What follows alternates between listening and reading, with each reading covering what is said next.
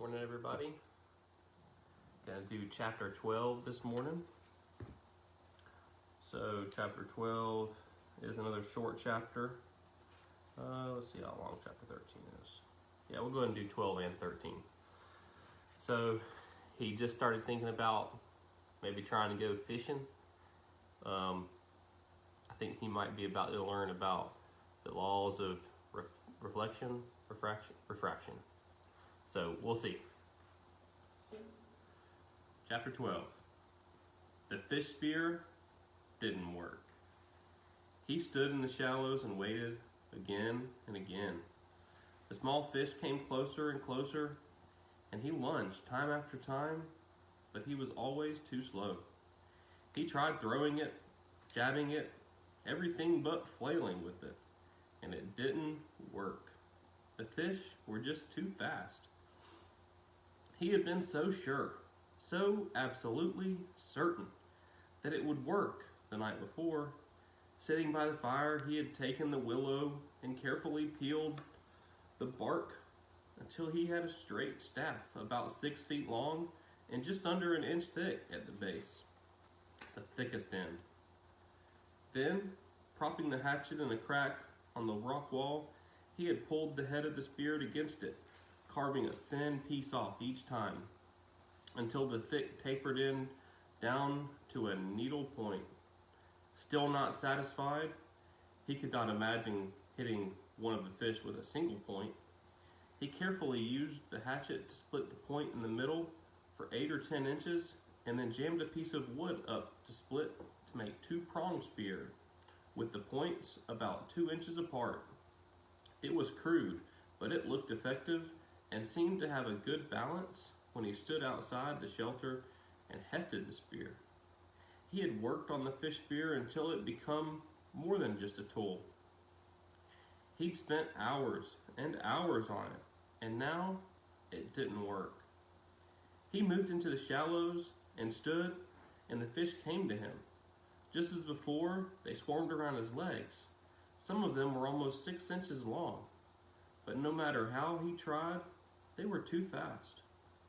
At first, he tried throwing it, but that had no chance. As soon as he brought his arm back, well before he threw, the movement frightened them. Next, he tried lunging at them, having the spear ready just above the water and thrusting it in. Finally, he actually put the spear in the water and waited until the fish were right in front of it. But still, somehow, he telegraphed his motion before he thrust, and they saw it and flashed away. I don't know about y'all, but I can actually visualize him doing this. It's so frustrating. He needed something to spring the spear forward, some way to make it move faster than a fish, some motive force, a string that snapped, or a bow and arrow, a thin, long arrow with the point in the water and the bow pulled back so that all he had to do was release the arrow. Yes, that was it. He had to invent the bow and arrow. He almost laughed as he moved out of the water and put his shoes on. The morning sun was getting hot, and he took his shirt off. Maybe that is how it really happened, way back when. Some primitive man tried to spear fish, and it didn't work, and he invented the bow and arrow. Maybe it was always that way. Discoveries happened because they needed to happen. He had not eaten anything yet this morning, so he took a moment to dig up the eggs and eat one. Then he reburied them, banked the fire with a couple of thicker pieces of wood, settled the hatchet on his belt, and took the spear in his right hand and set off up the lake to find wood to make a bow. When he went without his shirt, but something about the wood smoke smell on him kept the insects from bothering him as he walked to the berry patch. I have the idea that he's getting pretty stinky at this point. Maybe they're just naturally repelled to him. The raspberries were starting to become overripe. Just in 2 days, and he would have to pick as many as possible. After he found the wood, but he didn't take time now to pick a few and eat them. He did take time now to pick a few and eat them. They were full and sweet, and when he picked one, 2 others would fall off the limb into the grass, and soon his hands and cheeks were covered with red berry juice, and he was full. That surprised him, being full. He hadn't thought he would ever be full again. Knew only hunger, and here he was full. 1 turtle egg and a few handfuls of berries, and he felt full. He looked down at his stomach and saw that it was still caved in. Did not bulge out as it would have with 2 hamburgers and a freezy slush. It must have shrunk. And there it was, still hunger there, but not like it was, not tearing at him. This hunger that he knew would be there always, even when he had food. A hunger that made him look for things, see things. A hunger to make him hunt. He swung his eyes across the berries to make sure the bear wasn't there at his back, and then he moved down to the lake. The spear went out before him automatically, moving it in the brush away from his face as he walked. And when he came to the water's edge, he swung left, not sure what he was looking for, not knowing what wood might be best for a bow. He had never made a bow, never shot a bow in his life. But it seemed that it would be along the lake, near the water. He saw some young birch, and they were springy, but they lacked snap somehow, as did the willows, not enough whip back. Halfway up the lake, just as he started to step over a log, he was absolutely terrified by an explosion under his feet. Something like a feathered bomb blew up and away in a flurry of leaves and thunder. It frightened him so badly that he fell back down, and when it was gone, leaving an image only in his mind. A bird it had been, about the size of a very small chicken, with only a fantail and stubby wings that slammed against his body and made a loud noise. Noise there and gone. He got up and brushed himself off. The bird had been speckled, brown and gray. It must not have been very smart, because Brian's foot had nearly been on it before it flew. Half a second more, and he would have stepped on it and caught it, he thought, and eaten it. He might be able to catch one or spear one. Maybe, he thought, maybe it tasted like chicken. Maybe he could catch one or spear one, and it probably did taste just like chicken. Just like chicken when his mother baked it in the oven with garlic and salt, and it turned golden brown and crackled. He shook his head to drive the pitcher out and moved down to the shore. There was a tree there with long branches that seemed straight, and when he pulled on one of them and let go, it had an almost vicious snap to it. He picked up one of the limbs that seemed right and began chopping where the limb joined the tree. The wood was hard, and he didn't want to cause it to split, so he took his time. Took small chips and concentrated so hard that at first he didn't hear it. A persistent whine, like the insects, only more steady, with an edge of a roar to it, was in his ears, and he chopped and cut and was thinking of a bow, how he would make a bow, how it would be when he shaped it with the hatchet, and still the sound did not cut through until the limb was nearly off the tree and the whine was inside his head, and he knew it then. A plane! It was a motor, far off but seeming to get louder. They were coming for him. He threw down the limb and spear, and holding the hatchet, he started to run for camp. He had to get fire up on the bluff and signal them, get fire and smoke up. He put all of his life into his legs, jumped logs, and moving through the brush like a ghost, swiveling and running, his lungs filling and blowing, and now the sound was louder, coming in his direction. if not right at him, at least closer. He could see it all in his mind now, the picture, the way it would be. He would get the fire going and the plane would see the smoke and circle once and then again and wiggle his wings, and it would be a float plane, and it would land in the water and come across the lake, and the pilot would be amazed that he was alive after all these days. All he saw as he ran for camp and fire. They would take him from here, and this night, this very night, he would sit with his father and eat and tell him all the things. He could see it now. Oh yes, all he ran in the sun, his legs liquid springs. He got to camp still hearing the whine of the engine, and one stick of wood still had good flame.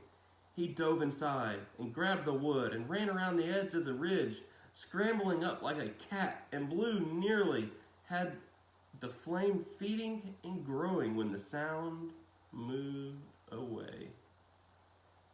It was abrupt, as if the plane had turned. He shielded the sun from his eyes to try to see it, tried to make the plane become real in his eyes, but the trees were so high, so thick, and now the sound was still fainter. He kneeled again to the flames and blew and added grass and chips to the flames. The flames fed and grew, and in moments he had a bonfire as high as his head, but the sound was gone. Look back, he thought. Look back and see the smoke now, and turn. Please turn. Look back, he whispered, feeling all the pictures fade, seeing his father's face fade like the sound, like lost dreams, like an end to hope. Oh, turn now and come back. Look back and see the smoke and turn for me. But it kept moving away until he could not hear it even in his imagination, in his soul. Gone. He stood on the bluff over the lake, his face cooking in the roaring bonfire, watching the clouds of ash and smoke going into the sky, and thought, no, more than that. He knew then that he would not get out of this place. Not now, not ever. That had been a search plane. He was sure of it. That must have been them, and they had come as far off the side of the flight plan as they thought they would have to come, and then turn back. They did not see his smoke, did not hear the cry from his mind. They would not return. He would never leave now, never get out of here. He went down to his knees and felt the tears start, cutting through the smoke and ash on his face, silently falling onto the stone.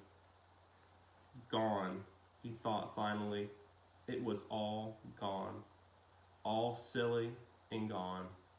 No bows, no spears, or fish or berries. It was all silly anyway. It was just a game. He could do a day, but not forever. He could not make it if they did not come for him someday. He could not play the game without hope. Could not play the game without a dream. They had taken it all away from him now, and he had turned away from him, and there was nothing for him now. The plane gone, his family gone, all of it gone. They would not come.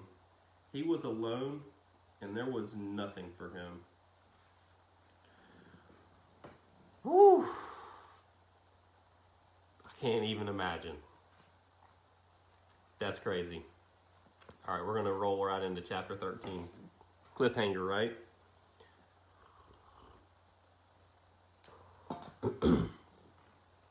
Brian stood at the end of the large L of the lake and watched the water, smelled the water, listened to the water, was the water. A fish moved and his eyes jerked sideways to see the ripples, but he did not move any other part of his body and did not raise the bow or reach for his belt pouch for a fish arrow. It was not the right kind of fish. not a food fish. A food fish stayed close in the shallows, and did not roll that way, but made quicker movements, food movements. The large fish rolled and stayed deep and could not be taken. But it didn't matter. This morning, he was not looking for fish. Fish was the light meat. He was sick of them. He was looking for one of the foolish birds. He called them fool birds. There was a flock that lived near the end of the long part of the lake, but something he did not understand had stopped him, and he stood, breathing gently through his mouth to keep silent, letting his eyes and ears go out and do the work for him. It had happened before this way. Something had come from him outside to warn him, and he had stopped. Once it had been the bear again. He had been taking the last of the raspberries, and something came inside and stopped him. And when he looked where his ears said, look, there was a female bear with cubs. Had he taken two more steps, he would have come between the mother and her cubs, and that was a bad place to be. As it was, the mother had stood and faced him and made a low sound in her throat to threaten him and warn him. He paid attention to the feeling now, and he stood and waited, patiently, knowing he was right and that something would come. Turn, smell, listen, feel, and then a sound, a small sound, and he looked up and away from the lake and saw the wolf. It was halfway up the hill from the lake, standing with its head and shoulders sticking out the small opening, looking down on him with the wide yellow eyes. He had never seen a wolf, and the size threw him. Not as big as a bear, but somehow seeming that large. The wolf claimed all that was below him as his own, took Brian as his own. Brian looked back and for a moment felt afraid because the wolf was so right. He knew Brian. Brian knew him and owned him and chose not to do anything to him. But the fear moved away, and Brian knew the wolf for what it was, another part of the woods, another part of all of it. Brian relaxed the tension on the spear in his hand and settled the bow in his other hand from where it started to come up. He knew the wolf now, as the wolf knew him. He nodded to it, nodded and smiled. The wolf watched him for another minute, another part of his life, and then it turned and walked effortlessly up the hill, and as it came out of the brush, it was followed by 3 other wolves, all equally large and gray and beautiful, all looking down on him as they trotted past and away, and Brian nodded to each of them. He was not the same now. The Brian that stood and watched the wolves move away and nodded to them was completely changed. Time had come, time that he measured, but he didn't care about it. Time had come into his life and moved out and left him different. In measured time, 47 days had passed since the crash. 42 days, he thought, since he had died and been born again as the new Brian. When the plane had come and gone, it had put him down, gutted him, and dropped him, and left him with nothing. The rest of that first day he had gone down and down until dark. He had let the fire go out, had forgotten to eat even an egg. He had let his brain take him down to where he was done, where he wanted to be done and done, to where he wanted to die. He had settled into the gray funk deeper and still deeper until finally, in the dark, he had gone up on the ridge and taken the hatchet and tried to end it by cutting himself. Madness, a hissing madness that took his brain. There had been nothing for him then, and he tried to become nothing, but the cutting had been hard to do, impossible to do, and he had at last fallen to his side, wishing for death, wishing for an end, and slept, only didn't sleep. With his eyes closed and his mind open, he lay on the rock that night, laying and hated, and wished for it to end, and thought the word cloud down. Cloud down, though that was an awful night. Over and over the word, wanting all his clouds to come down. But in the morning, he was still there. So there on his side, and the sun came up, and when he stood with his eyes, he saw the cuts on his arm, the dry blood turning black. He saw the blood and hated the blood, hated what he had done to himself. When he was the old Brian and was weak, the two things came to his mind, two true things. He was not the same. The plain passing changed him. The disappointment cut him down and made him new. He was not the same and would never be again like he had been. That was the one of the true things, the new things. And the other one was that he would not die. He would not let death in again. He was new. Of course, he had made a lot of mistakes.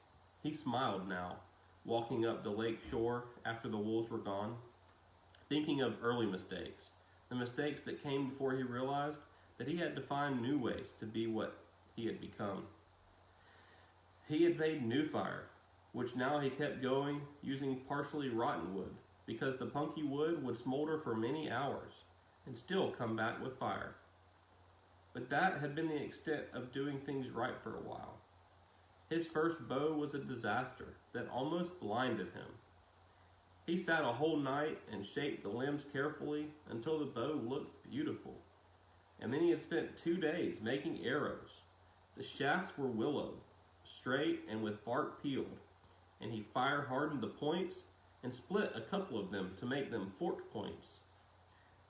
And he had done as he had done with the spear. He had no feathers, so he just left them bare. Figuring for fish they only had to travel a few inches. He had no string, and that threw him until he looked down at his tennis shoes. They had long laces, too long, and he found that one lace cut in half would take care of both shoes, and the other left a lace for a bowstring. All seemed to be going well until he tried a test shot. He put an arrow into the string, pulled it back to his cheek, pointing at a dirt hummock, and at that precise instant, the bow wood exploded in his hands, sending splinters and chips of wood into his face. 2 pieces actually stuck to his forehead, just above his eyes.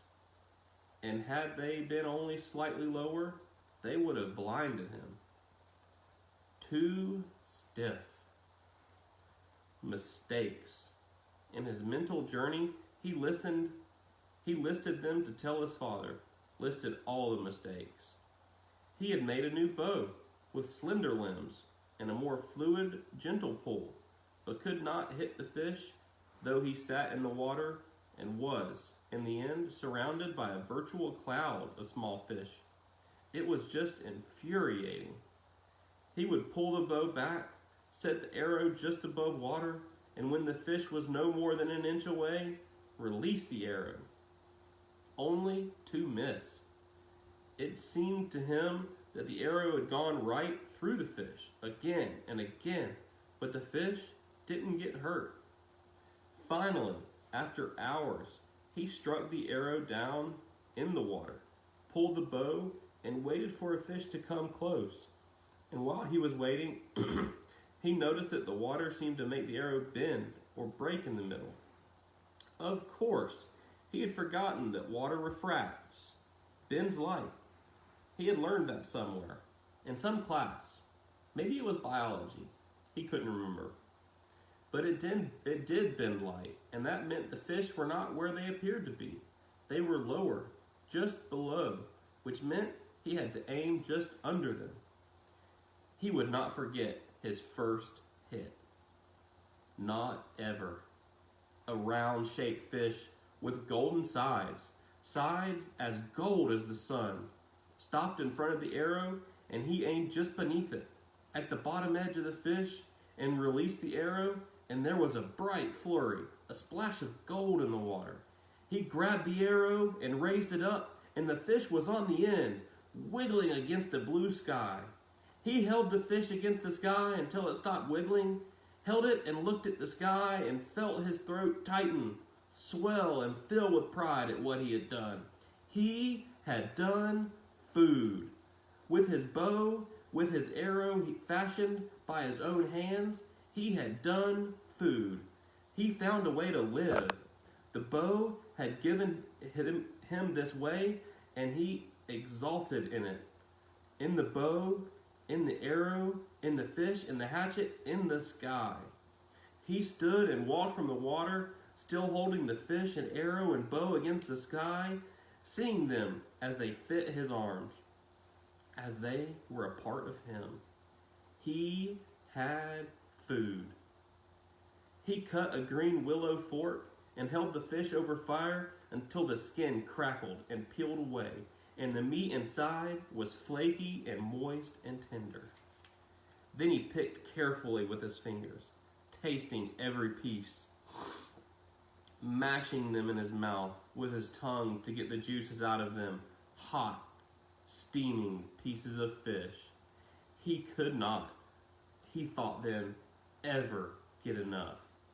And all that first day, first new day, he spent going to the lake, shooting a fish, taking it back to the fire, cooking it, and eating it. Then back to the lake, shooting a fish, cooking it, and eating it. And on that way until dark. He had taken the scraps back to the water with the thought they might work for a bait. And other fish came by the hundreds to clean them up. He could take his pick of them, like a store, he thought. Just like a store. And he could not remember later how many he ate that day, but it must have been over 20. It had been a feast day, his first feast day, and a celebration of being alive, and the new way he had of getting food. By the end of that day, when it became dark, and he lay next to the fire with his stomach full of fish and grease from the meat smeared around his mouth, he could feel new hope building in him.